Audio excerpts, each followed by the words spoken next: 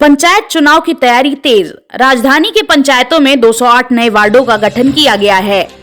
परिसीमन के बाद बनाई गई नई पंचायतों के आधार पर नए वार्डों का गठन किया गया है। बैरसिया की 126 पंचायतों में 130 नए वार्ड बनाए गए हैं।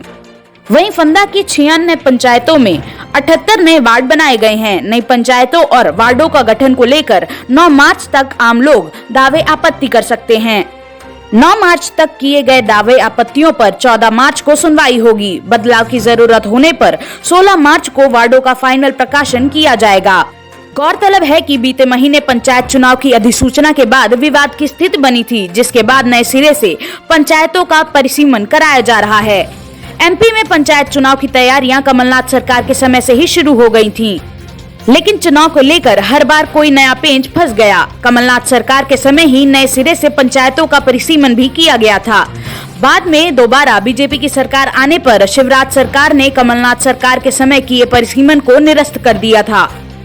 पंचायतों के परिसीमन के बाद हुए विभाजन को लेकर दावे आपत्तियों का कल अंतिम दिन था। नए सिरे से परिसीमन के बाद 9 क्षेत्रों में भोपाल की पंचायतें बंट गई हैं। भोपाल में 35 नई पंचायतों का गठन हुआ है। इसके बाद कुल 222 पंचायतें हो गई हैं।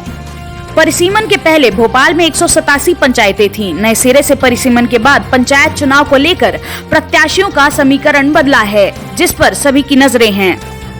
जिले में पंचायतों के नए सिरे से परिसीमन करने के बाद अब पुरानी पंचायतों में से 35 नई पंचायतों का गठन हुआ है। सबसे ज्यादा 19 नई पंचायतें फंदा ब्लॉक में बनाई गई हैं और बैरसिया में 16 नई पंचायतों का गठन हुआ है।